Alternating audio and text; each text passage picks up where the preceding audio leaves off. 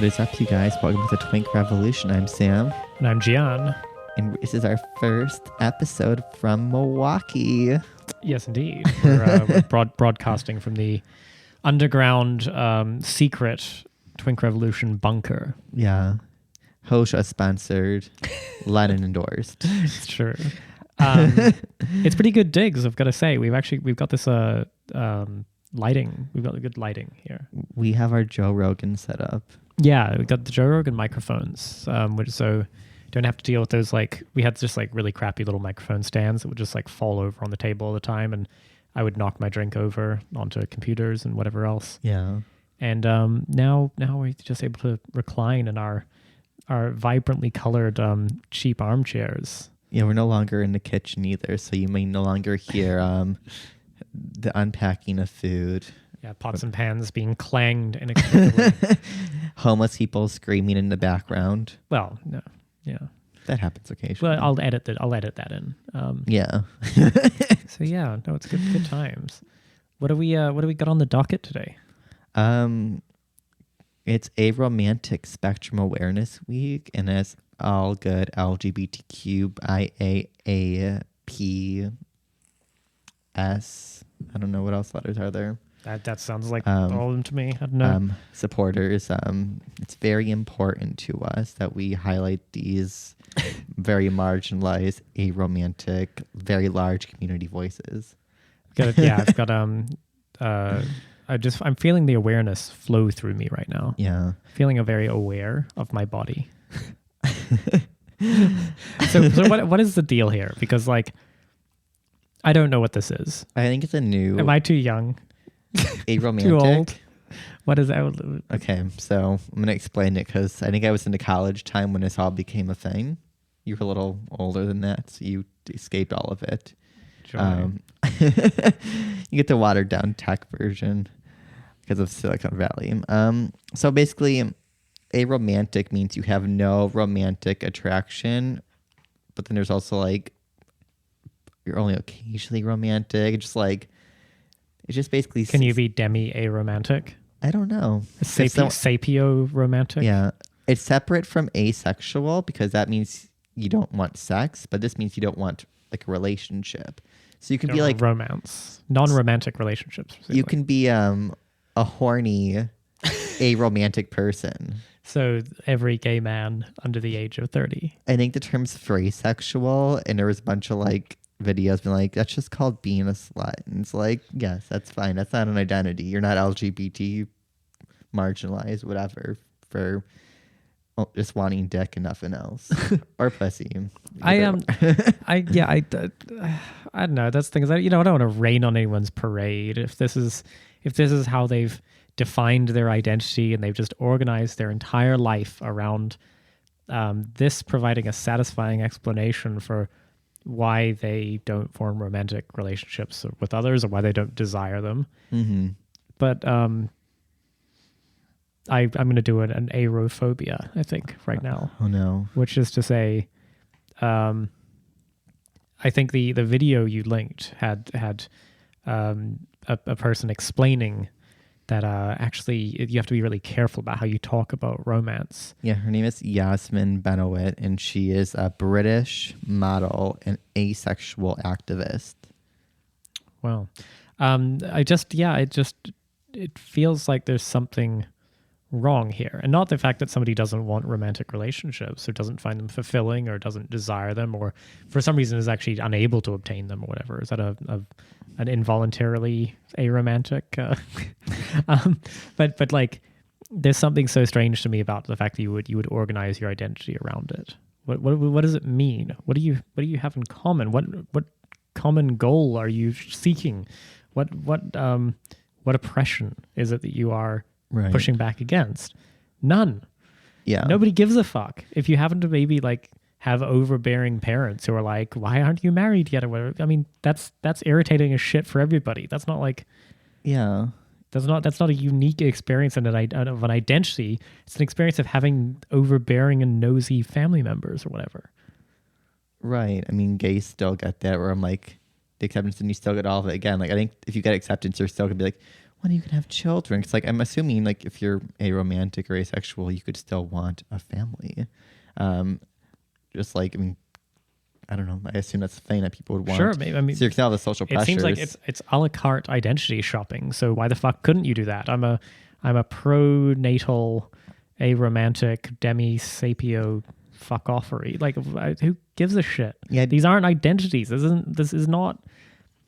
Fuck, being gay is barely an identity. Like, there's no identity to cling to there anymore. Why are people proliferating more of these, not fewer? They're bad. They're bad and they're destructive. Well, it's like, I was kind of thinking about it, and it's kind of like the balkanization of like identity right now, where like identities of like transgender, by the time it was called like your transvesti or transvesti, which just meant anyone who basically broke the societal gender norms. And then, so it included like cross-dressers and like transgender people and like drag queens and everyone else. And gay is like, everyone thinks, oh, this strict thing, like if you only like guys and that's it. But like, no, that's not what it meant. There was no bisexual identity at that point. It just meant anyone who like... history was erasing bisexual identity. It just meant anyone who fell into the camp of like marginalization for same-sex attraction.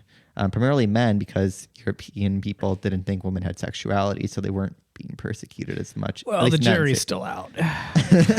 But it's like they're trying to like narrowly define words now and balkanize all of these things. Like, it'd be like intersex. Like, that it has a lot of different things. Like, are we going to like break them all down and expect everyone to know all of these things and care? Like, no, that's not how people's brains work.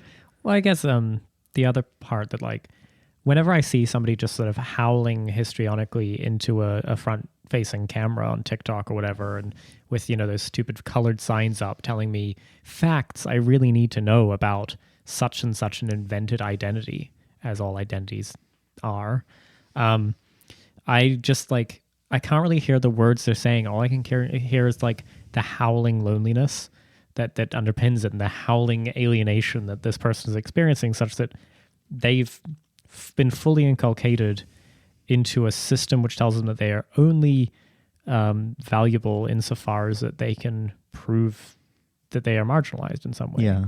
Or that by attaching identity signifiers to themselves is the only way they become worthwhile, worth knowing, worth loving. Mm-hmm. And so that's maybe why aromantic is such a specifically sad version of this, is because it's specifically about the fact that people regarded themselves as essentially unworthy of being interesting to others, or dare I say lovable. Yeah. And turning that into an identity. Right. How sad. Yeah. I mean, I think another thing is this newer generation have really taken on the postmodern aspect of how do we deal with these issues, and instead of overcoming them for like, you know, struggle and like genuine like material gains, it's just, instead of the strict binary, it's do it endless labels, which actually the book I was just finished today talked about that critique of like, oh, this person literally saying we need to create endless labels to get combative versus like overcoming these things, as if labels do anything for social progress. I mean, for me, like, I feel like labels are used as like the gay label. It's like, oh, I would never like desire to add more labels to myself. I'd be like, I feel like in the goal would be like to not have to care about any of that. I feel like there's very many limitations, and it's also just like, I don't view it as a social capital thing. I don't want to be dictated by like this weird label that means whose genitals and stuff I touch. Like, well, and I think we've made this point before, but like the value of a label like gay specifically was about seeking out and identifying others who suffered perhaps the same hardships as you, but also had the same binding interest, which was rubbing certain types of genitals on other certain types of genitals, or whatever. Yeah. And so you see in like, I understand why, say, kink communities have a lot of this like hyper fragmented identity stuff, right? Because like you really want to find the person who's going to like sing the national anthem in a puppy mask while, you know, whipping you with a plastic straw or whatever. Like that's your thing, and you're trying to identify and seek out others who have that mutual interest. for a romantic, I mean, like what if you're looking for sex without romance, or you're looking for people who would like to also not structure their lives in this way, like what do you need? What do you need from other people? It's a perfectly atomized identity. Yeah. Like, it's not like transactional anonymous sex is not readily available in this world. And then you're saying, hey, I just want to smash, but I don't want a relationship. Like, right. That's a lot of people who do not identify as aromantic might That's find themselves in that situation. In California. Right. Plenty of straight people as well. Right. Like, yeah, look, I'll hook up with you. Don't want to date you. Yeah. Yeah, I know. I'm just sort of imagining like some, we should reimagine perhaps like aromantic novels of history. Yeah. I saw a man today. I felt nothing. The end. Yeah, like Unwuthering Heights. Pride and No Prejudice. It'll just be like a bunch of like romance novels in the future for like all the like career-driven like liberal feminists, and it'll be like, I never have sex, so I sent my genetics to this weird robot factory to make me a baby, which I give to my like third world nanny to take care of. God, feminism is great. Like, it's kind of like that. I feel like it's like no one cares about any of this stuff, and there's not very many of them. Like, and I know it's I don't mean that in like oh, there's few, so we shouldn't care. It's like there's also no examples of like structural or historical oppression. Like, well, there is now. It's this podcast. We're doing it. Yeah. I'm starting it. I'm starting the aromantic crackdown. But I mean, like gay and lesbian and like trans people, there's occurred through like the development of the capitalist nuclear family and the property relations associated with that. There was always, even during that time period, access to people who weren't horny. I mean, for one, no one actually thought they were horny, so there was no reason to oppress them. But also, there was monasteries, and there was nunneries for people. So like, and everyone had a spinster aunt or whatever, just never married. Yeah, they just like went to like the horse races, like Queen Elizabeth, whatever her last. Which one is she? Queen Anne or whatever. Yeah, I don't know. Margaret. I don't know. I don't know the royal family. I watched The Crown, but I didn't. Apparently, I didn't absorb enough of the minor royals to get that one out. The only thing that like got through to my gayness is like when Prince Harry pictures from Vegas came out, and I was like, oh. That was not the time he was wearing a Nazi outfit, was it? No. No, this is when he was showing his butt. It was when he was with like that, like he was with like a very pretty woman in like his Vegas hotel room. And he was like naked and like, right, just all over the media. Do you think he was actually an aromantic icon in that moment? Because I'm not sure he had romantic attachment to that woman, or that he desired it. I think he was maybe just wanting to smash. Yeah. Also, is she Nazi romance? No, I think Prince Harry, Aro icon, has betrayed his roots by shacking up with Meghan Markle. Yeah. Maybe he'll actually stay hot. Maybe there's a curse in the family once you become in power. Like his brother Will, like looks like shit ever since he gained power. Gained what power? He doesn't have power. He's gaining more power. He has the power to collect public benefits. To just take money from the public and squander it on finery and public speaking engagements. But not hair plugs. Like, no, apparently not. They're the worst rich people. Come on, guys. Should we go to the next topic? Sure. What else is happening? So there is this Columbia professor, and the New York Post did an article about him, and it's titled "Columbia Professor, I do heroin regularly for work-life balance." That's absurd. Just sorry, just a minute. Okay, I'm ready. Sorry. What was that? Sorry. You're telling me that a Columbia professor who's written several books or whatever articles about drug decriminalization and does a lot of drugs. Yeah. Is newsworthy? I mean, what of it?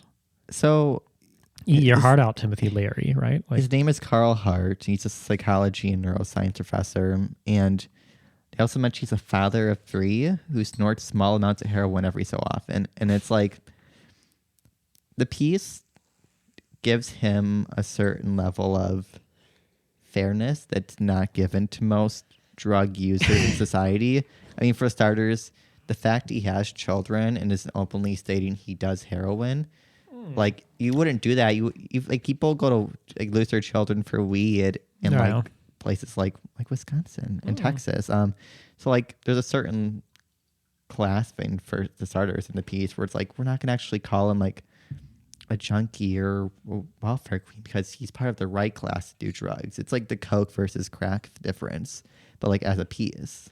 Yeah, no, I thought this was just utterly bizarre, and the sort of the glowing terms, the sort of matter of fact, like yes, I really enjoy these drugs, and we're just gonna hear it. Like it's like yeah, well, okay, so do lots of people dying in their cars right now. That's not to necessarily just condemn drug use in general, but like yeah, what message are we meant to learn here except buy my fucking stupid book, which is the main point of this article as far as I can tell. Really is, yeah. It's a fluff piece, and but like I don't know. Yes, the idea that a wealthy, educated college professor can sustain doing drugs and then proudly say, what is it like? Well, doing drugs isn't for everyone. It's like, yeah. Do you think maybe it's because this lifestyle activity you're suggesting is really for a kind of wealthier elite class? No shit. Right. I mean, bankers have been doing cocaine for years. We don't see any breathless articles encouraging that every night. It reminds me of this TikTok, and it's like, what is something that you wish you knew, but now you know? And it's like, literally everyone does cocaine. Everyone. And I'm like, if you're in like any like professionalized industry, like there is a lot of cocaine. Like I remember like in the political world, you would like either hear about everyone doing cocaine or see people doing cocaine. I have stories, but I also don't want to be like attacked for like saying it because like they're a famous person. Don't do it. I'm not going to. But it's like, yeah, like of course there's also not the same ramifications. They don't really suffer in the end. They go to maybe like the therapy, but like or whatever, but they don't just check into an upscale rehab if it ever gets out of hand. You're clearly not worried about getting a clean supply. Clearly, yeah, just has the financial means to sustain a 10-day light heroin use benders or whatever. I just it boggles the mind that this is where they went with it. They also conflate things like his heroin usage of his MDMA usage, which if you know anything about these two drugs, there's vastly different rates of addiction and like actual consequences. Right. I mean, people aren't necessarily turning up, frozen to death with a needle in their arm, with MDMA in their system. He also snorts bath salts. Good on him. It just like I like to put them in the bathtub personally, but each to their own. There's not really a good purpose. They like briefly mention like there's issues, and then they go back to like, oh well, he just does it for like creativity and inspiration and relaxation. Yeah. Well, yeah, but this is like teenage stoner logic, where everyone's like, whoa, wouldn't it be amazing if we like smoked weed and listened to Pink Floyd? Or it's like this shit stops being impressive. Problem is some blowhard dude has written a book where he's loving to tell everyone like, I love doing meth. I mean, a drug which is killing a lot of people right now. Yeah, and destroying a lot of communities. It's like the New Zealand election where they voted against cannabis. And I think when you look at a lot of European countries and like more developed countries where there isn't the same libertarian edge to the country, you find that it's actually still more of a debate and struggle. Not to say like, oh, like they should keep it banned or whatever, but it's like there's a different association of just drugs as like a social harm in many ways. Right, because the kind of the very professionalized idea of, a professional person working a white collar job who smokes some weed, in the evenings, like anyone else would drink a glass of wine or whatever. Sure, that's all very charming and harmless. And the question is like people going into psychosis as teenagers because they, just like developing brains, smoking a shitload of weed. Like, we just don't talk about that because that would cramp the style of like, white suburbanites who enjoy a little vape from their weed pen while watching some like shitty HBO prestige television. Right. And the conversation is getting derailed in exactly the same way by essentially this just utter charlatan trying to sell his book. Yeah. Saying, I meth, heroin, they're all great. They're not for everyone. It's like, well, yes. And what you're basically describing, the harms of criminalization he's describing are the ones which start to impinge on his wonderfully upper middle class existence and his particular brand of consumption. How solipsistic can you be? I mean, it's not like this is just sort of uniformly applied, and it's not like people have a put it this way, if you happen to have a very stable family life, financial ties that are stable, you have legal knowledge, you have education, you have mental health stability, etc., etc. Dare I say, I've just lifted off an oppression hierarchy here. It turns out maybe that the impact these drugs might have on your life might be a little different. Right. And there's just no acknowledgement of that in this piece. It's just like it's not for everybody. It is doing so much fucking heavy lifting in this. Yeah. I hate it. I hate it so much. I think it was River, our lovely writer and contributing editor, tweeted how the same people who would like find legalizing heroin and meth are the same ones basically making it illegal to have like flavored tobacco and vaping juice. Like, no, I'm serious. No, they are. All these like loser people like in like primarily coastal cities have like the strictest nanny state policies around vaping and flavored plastic straws, cigarettes, and it's all based in this weird like, well, we must protect like, I think SF used the menthol and flavored ban to protect gays and black people. They literally said that. Yes, they did. And then also the flavored vaping. There was a lot of someone think of the children, which I was pointing out, like, yes, the last tens of children whose families can afford to live in San Francisco are now protected from vape juice, flavored vapes. Right. They just have to go buy cigarettes like a normal person. But no menthols. It's also not an issue in a lot of other countries where that actually has been used. It's like harm reduction. Like, if we're going to talk about harm reduction, which is peace doesn't really even do, like, I think there's a difference between discussing drug usage and like, this is a reality and how do we make it so people suffer less is important. Like, I think drug use should be decriminalized for individuals. I don't think anyone should go into jail.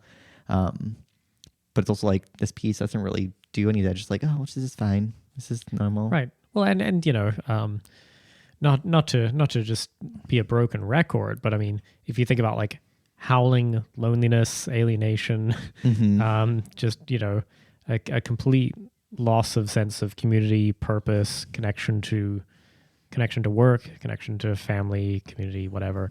I know for myself that my own, substance use and drinking and everything scales very linearly with like boredom and lack of fulfillment, sense of alienation or purposelessness.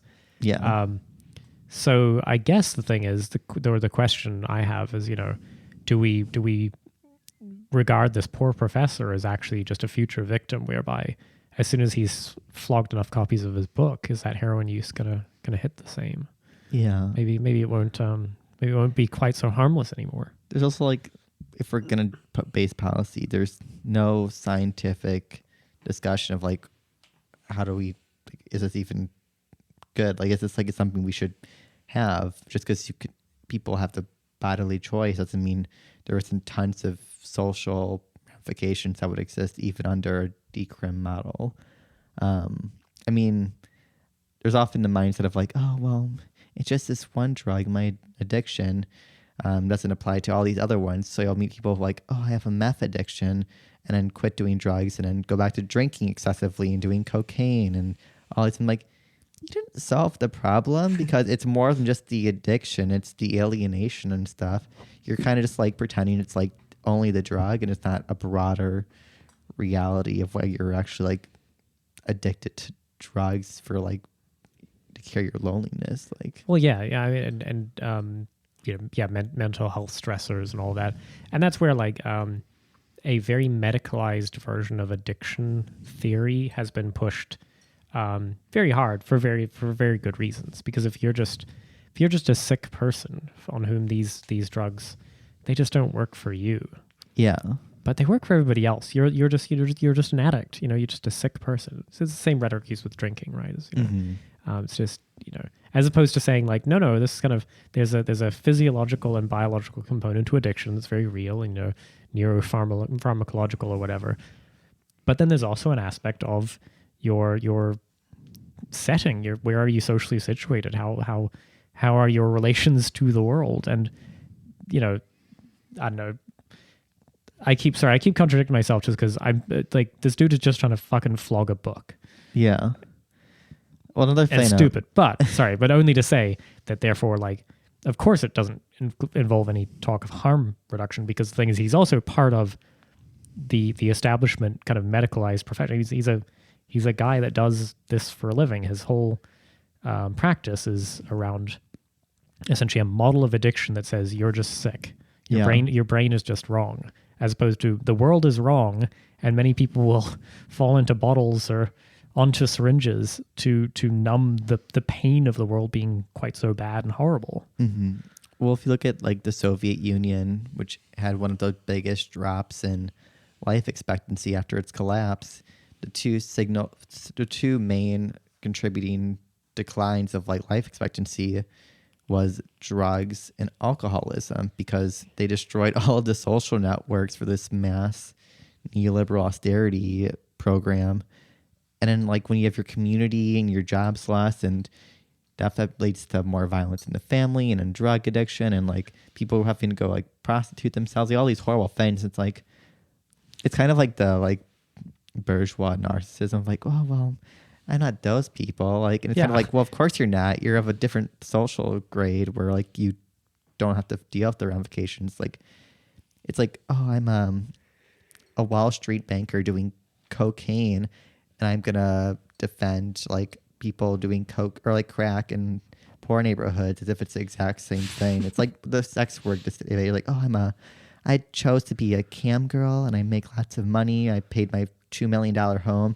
I'm gonna talk for all the like street walk or prostitutes who like are there because they have no other options. Yeah, no, and it makes a lot of sense. I'm like, I'm the guy. I'm the guy who's my very last $10 will be on a bottle of vodka. Like it's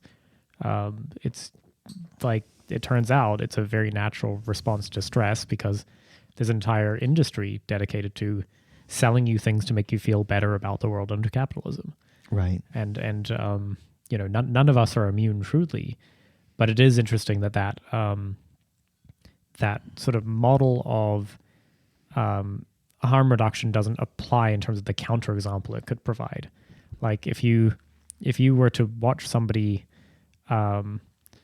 basically end up in a very bad situation due to their drug use, and then look around and say, well, I'm not like those people, so actually none of these lessons are applicable to me.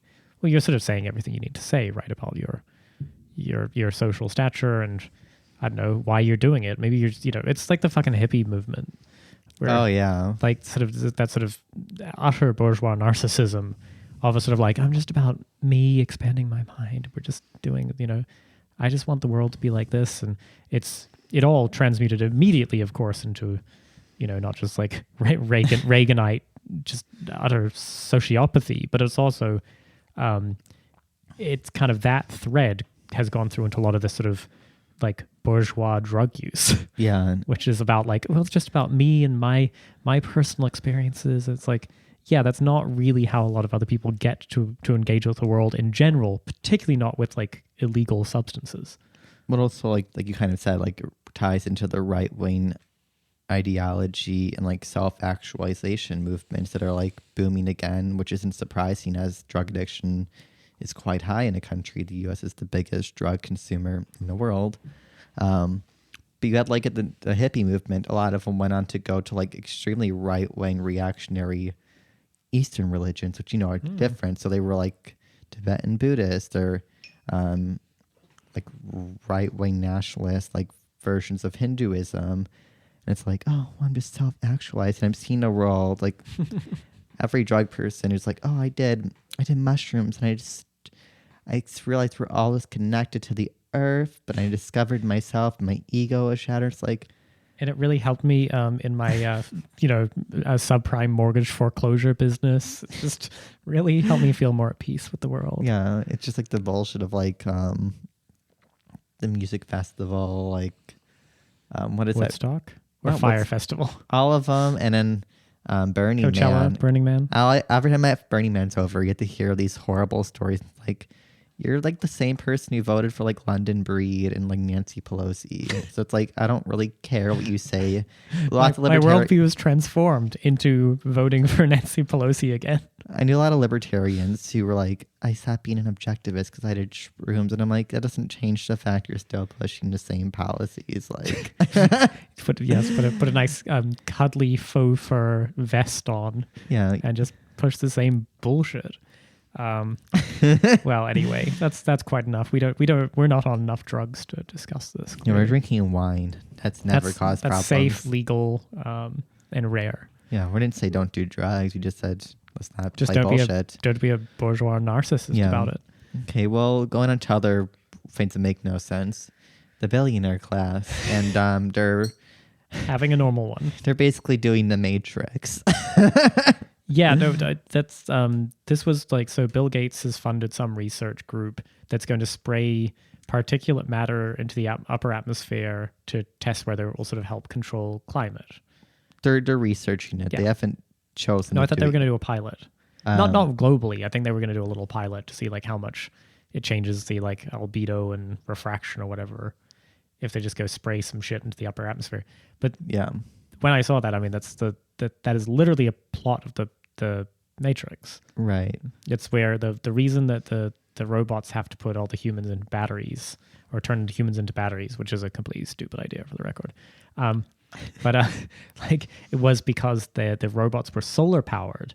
And so the humans during the robot wars went and struck out the skies with blacked out the skies with chemicals sprayed at high altitude to supposedly starve the robots of energy. So the robots then enslaved the humans to turn them into batteries. That's very stupid. So stupid. But it's funny that they're now just ripping off ideas from bad science fiction. Yeah, all this month there's been a bunch of more Bill Gates stuff coming out. Bill Gates and his wife Melinda Gates are the top owners of farmland in the U.S. He also is pushing rich countries to eat 100% synthetic beef, which, like, I'm fine with the lab grown stuff. I think it's cool, but also it's like, I think there's something wrong with this one individual having such a big impact on, social policy that's impacting the vast majority. I mean, it kind of ties into this thing which people have been pointing out is the World Economic Forum has this program called the Great Reset, which I swear was the name of the conspiracy from the Zeitgeist. It was basically saying this stuff. And hasn't some of the QAnon stuff been on the Great Reset as well? Yeah, I mean everyone's gonna it's a very sinister name. Yeah, so they say on their site, there's an urgent need for global stakeholders to cooperate in simultaneously managing the direct consequences of the COVID-19 crisis. To improve the state of the World Economic Forum is starting the Great Reset initiative. As we enter a unique window of opportunity to shape the recovery, this initiative will offer insights to help inform all of those determining the future state of global relations, the direction of national economies, the priorities of society, the nature of business models, and the management of global commons. It's basically just a bunch of rich banks and corporations and individuals deciding the entire fate. And they literally state COVID right now is the time that we can use to push these changes in the society. Right. Never let a good opportunity go to waste, right? I mean, and in the same way that, war production or, oil shocks or anything have been used to just massively realign society in ways that are continue to protect capitalist interests. And Yeah. I mean, it's like it's no big surprise. It's just kind of funny to watch it happening in real time again. Like post 9/11, there was a big kind of realignment, obviously, about like how do we turn this into not just profits, but like monopoly profits, and how do we turn this into profits that are well insulated from market forces. Right. And so lo and behold, yes, an opportunity to reshape society after a global catastrophe, poorly managed as it was, is why wouldn't you? If you're acting, any billionaire worth their salt surely must be. Right. And I think a lot of it has been kind of dismissed because there is obviously the conspiracy group element where they think they don't have they have a very conspiracy mindset versus like a materialist analysis of like why this is happening. And it's kind of like similar to like the like Epstein stuff where it's like, oh, there's just like this grand cabal. It's like, no, when you're that rich, everything's a commodity. So of course you're gonna have fucking like sex markets of like children if that's what people want, because it's always been that in like the capitalist sphere. Like, well, that certainly, I mean, would be I think the correct materialist take, but it is always appealing or attractive to just assume that you become a billionaire by fucking children. Yeah. And then you suddenly like look at all our billionaires and you're like, oh, it makes sense now. Is this the deal with the devil they did? Right. So, I've not really taken with conspiracy thinking, but it bears thinking about occasionally. I think also like it really makes people skeptical of things like environmentalism or a lot of like real issues, but then they just kind of don't have a clear analysis. I mean, the spraying of like particles in the atmosphere is something that we don't know about, and it's not really going to ever go through a truly like democratic operation, or even like truly scientific, because science is still politicized. It's not separate like a lot of liberals like to pretend it is. In this house, we believe science is real, Black Lives Matter, no humans are illegal, and whatever Bill Gates spends $100 billion on is actually good. Well, I mean, we also like know from history that this class of people in governments aren't afraid to like mass hurt people. I remember this old conspiracy theory that was turned out to be true is Operation Sea Spray, and in the 1950s, the U.S. Navy sprayed secret bacteria into the San Francisco Bay Area and basically made a bunch of people like violently ill, and they Killed a few, yeah. They never knew. And in the 70s, the Senate subcommittee basically revealed that it was like this actually did happen, and there was very little consequences in the end.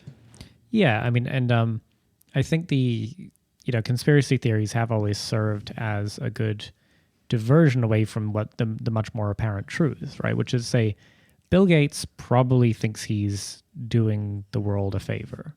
Yeah. However, he is driven by material conditions as all others, and he is a perfect emissary for his class. I mean, he is the billionaire class embodied. He's very active in billionaire class politics, and he does all the shit that weirdo billionaires do, which is to regard clearly sort of like,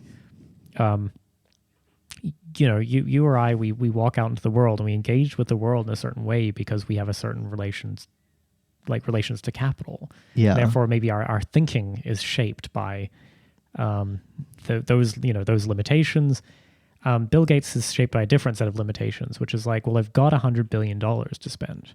Right. Now, how do I, for one, how do you even fucking conceptualize that? Like, that breaks your brain. But also, it's all like this legacy building shit. It's always these sort of globalized solutions. He attributes his own success to all sorts of personal narratives around like his business acumen. So he tries to apply his business acumen to the world, and it turns out it's just nightmarish and leads to shit that just sounds incredibly dystopian and scary because it is. It's like the COVID vaccine. Him and Melinda were pushing like, oh, we should do the vaccines first in Africa.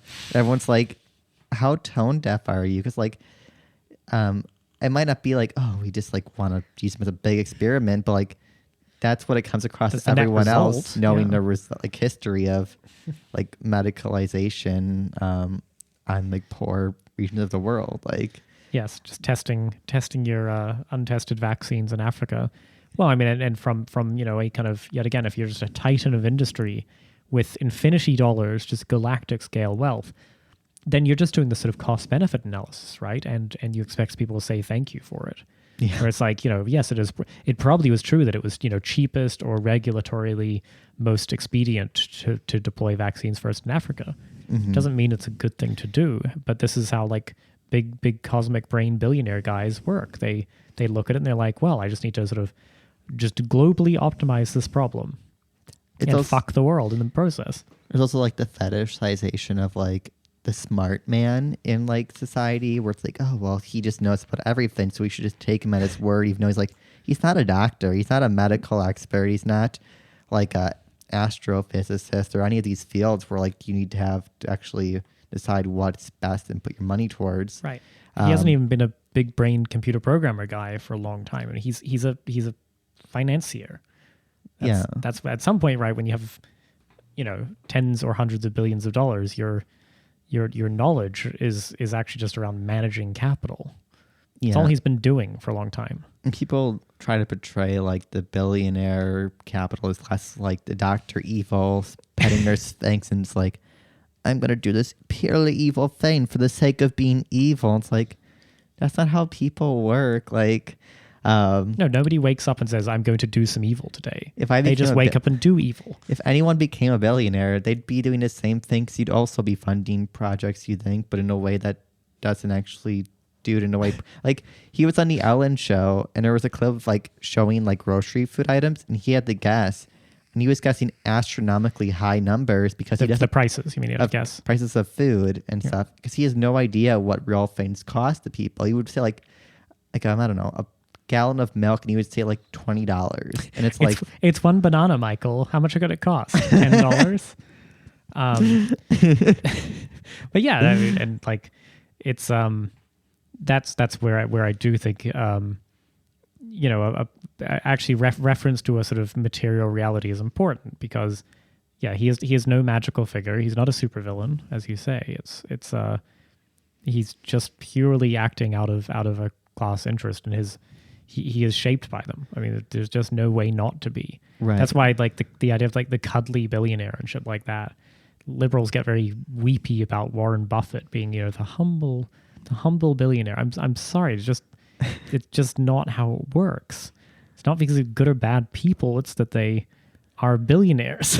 Yeah, they're capitalists. Whenever I watch like a BreadTube video, which I don't do by choice, but occasionally it's like, oh, I want to know what's going on, or it pops up in clips, and it's always like the goodness or the badness, and I'm like, that's not. Who gives a fuckness? And he was actually, there was the interview that Lovely Esperanza was on, but there was a Jacobin guy, and he just kept referring to things in like of goodness and badness of like individuals or like systems, and I'm like, this isn't doing Marxism if that's what you're trying to do. Like, it doesn't matter about like your intentions or goodness or badness. What matters is like the scientific reality. We don't just say like, oh well, my intention was to do this, but it didn't do it, and that makes it fine. And it's like, no, then you change what you're doing, because you're not actually doing what you want to do. Like, that's not how you work. Like, right. I mean, yeah, and your entire perception of good or bad or what is helpful or harmful for the world is, I mean,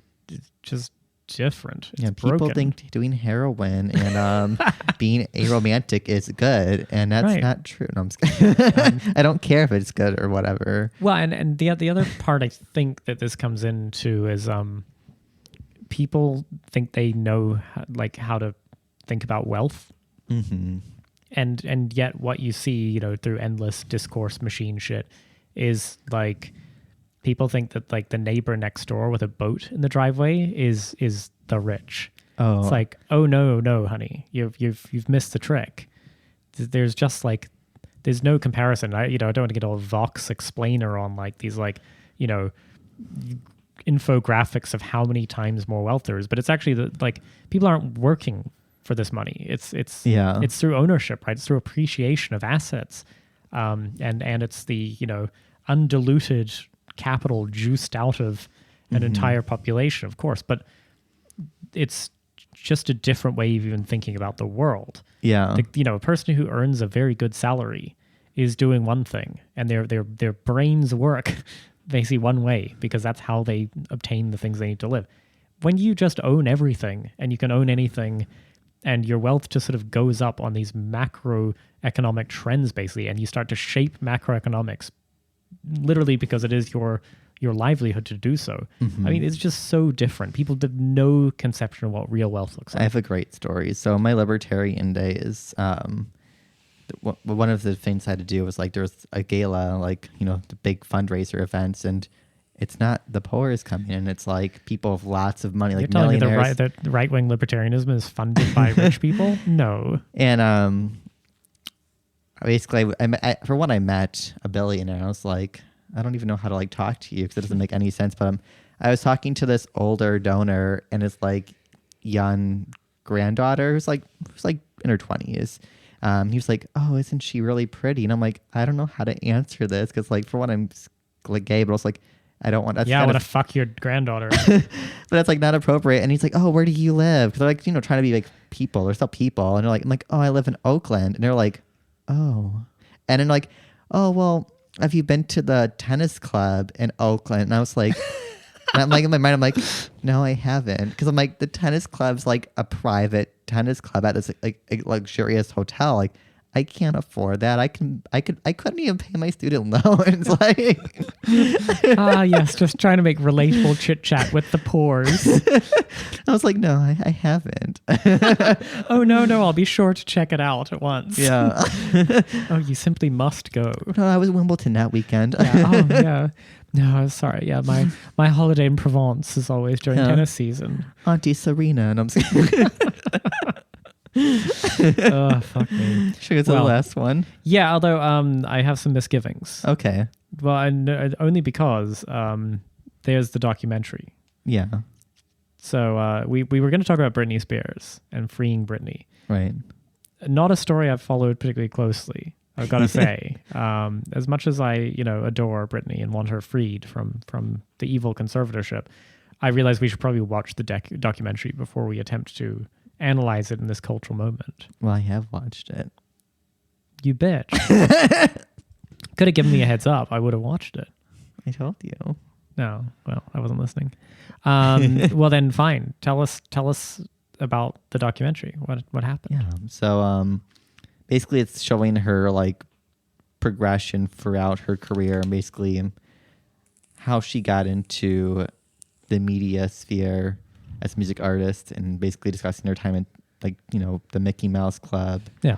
And like kind of why she became such an iconic figure, because she's not part of that royal like families of Hollywood kind of dynasty. She's the child pushed by their parents as like a cash cow. Theater kid. Yeah. And like in the South, which like appealed, and they did a bunch of like things like, oh, I'm gonna wait till marriage to have sex, which appeals, while being I'm in a like slutty schoolgirl dress, which appeals to like everyone else. Like she had like the perfect comprehension, but like kind of how this rise to fame as a child basically led to her nervous breakdown and like losing her children, and this kind of conservatorship, and it's kind of like discussing all of this. Her father, who was part of this apparatus of taking a sort of a pretty hick girl. Yeah. And transforming her into a global superstar through what I just have to assume was a string of like sleazy casting couches and, God knows what else, what horrors were visited upon her as a child, basically.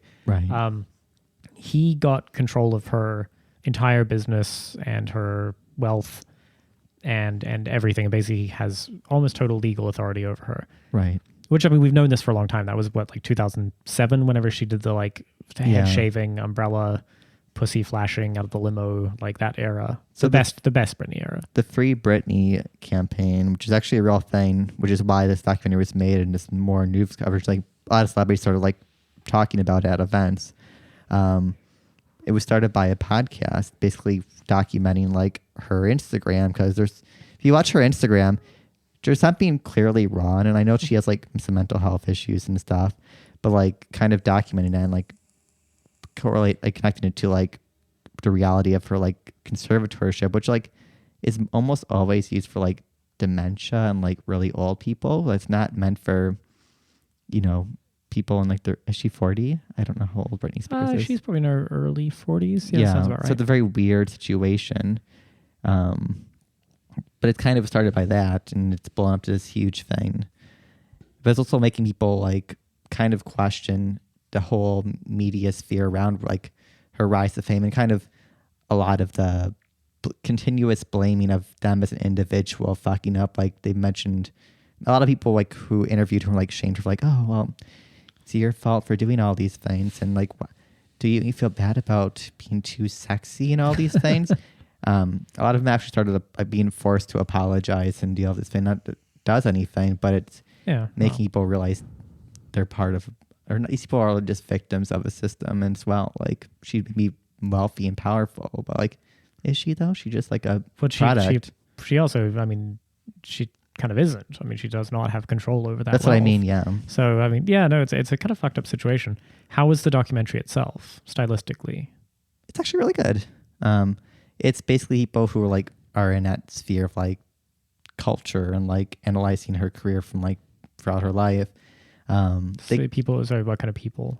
Just like journalists and entertainment and reporters and stuff. So the cream of the crop. Couldn't get any podcasters apparently. Yeah. The one issue I would say of this one though is it kind of like skims over the conservatorship. They don't really question it aggressively. They kind of just like really? Wouldn't that be? I thought that was kind of the subject of. No, you would think that, but they kind of just like talk about her life and how it got there, and then it's kind of just like the last like 10 minutes they talk about it, and they never really say like it's good or bad or anything. Oh yeah, no, I mean, I just if celebrities have a purpose in our culture, surely it's to have entertaining meltdowns on social media. Yeah, and I think this conservatorship, I'd like to see what Britney Unleashed is like now. Yeah. I feel like it could be good. It was interesting for me because I was, very young, like during like her height of her career. So I didn't know a lot about like the real drama behind all of it. I knew like she cut her hair off and like, she had like babies taken away, and she sang a bunch of awesome songs that as a gay child I liked. But it's like, I didn't know any of this rest of this stuff. Yeah, well, she also went into a bit of a flop era where she put out some just her performances weren't great. She wasn't doing well. I mean, I just thinking of the proud tradition of rock and rollers finding fame young and then just going fucking crazy with sex and drugs and having breakdowns and stuff. It's such a proud tradition we've been denied with Britney Spears. I think she had a little meltdown and then it was kind of done. Now it's just kept under lock and key until it's time to sing or dance, I feel like it's interesting as well, like, because throughout her career, none of her really scandals were based on like her actually being like a lot of it's like, they said the N-word or all these like horrible things. Sure. Hers are just like literally like mental health episodes or like doing like or escaping paparazzi as a child, like not in the seat. It's like she always came across like the good, like a nice person who like is like, I think she's victimized because she's not in that kind of mindset of like psychopathy. Like you have to be kind of detached and fully careerist and do whatever you want and not really see everyone else as people to be mentally. Well, she also stopped doing, I think, what people wanted her to do. And the people, I mean, isn't probably her parents or whatever. The other reason, yes, I think she got so much more scrutiny was because she was sort of this like perfect little teeny bopper, Miss American Dream since she was 17. Right. Doesn't matter if she.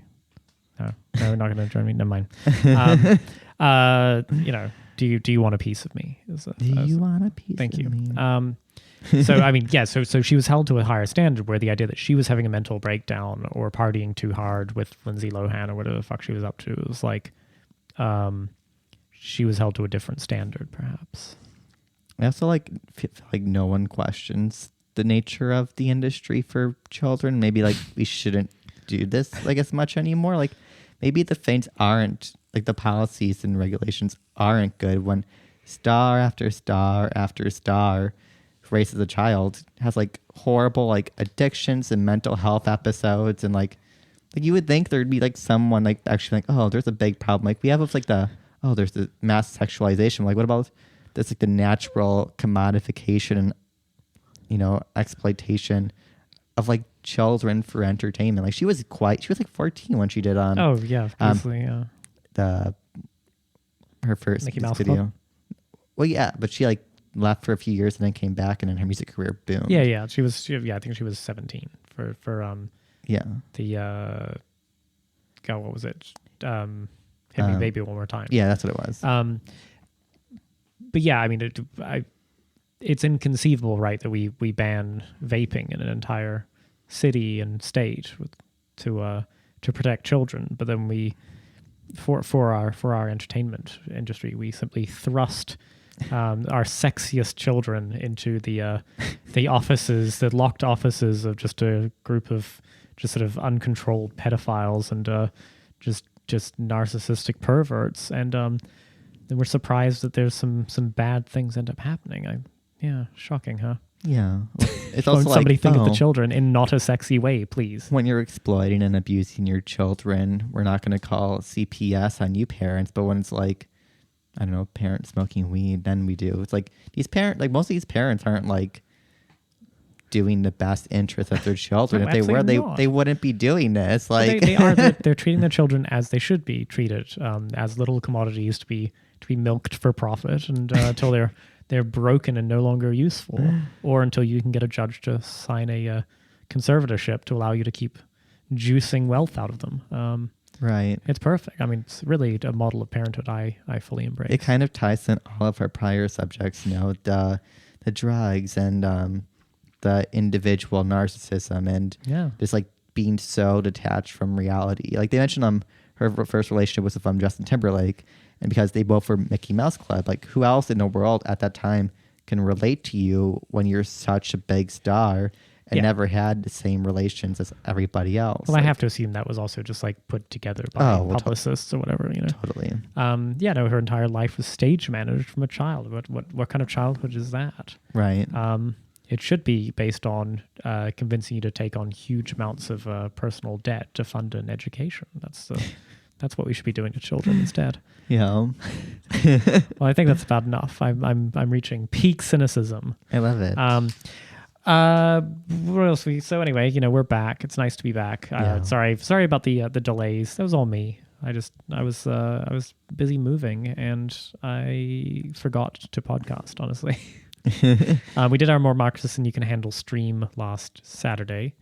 That's still up on twitch.tv/twinkrev if you want to see a replay of it for the next 14 days, I think, or whatever. Yeah. We might get it uploaded somewhere. Our website is going to be changing in the future.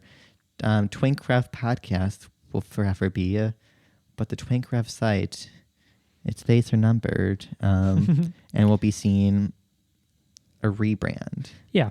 We're just gonna.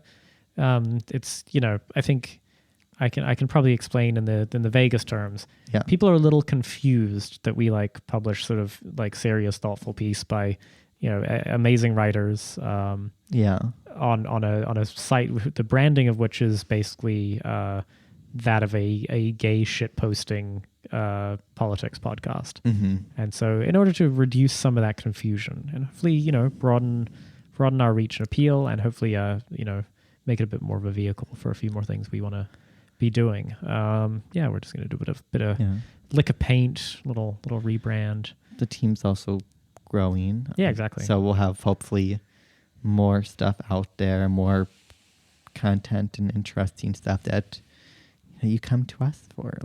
Yeah. So anyway, thanks for tuning in. Bye. Bye.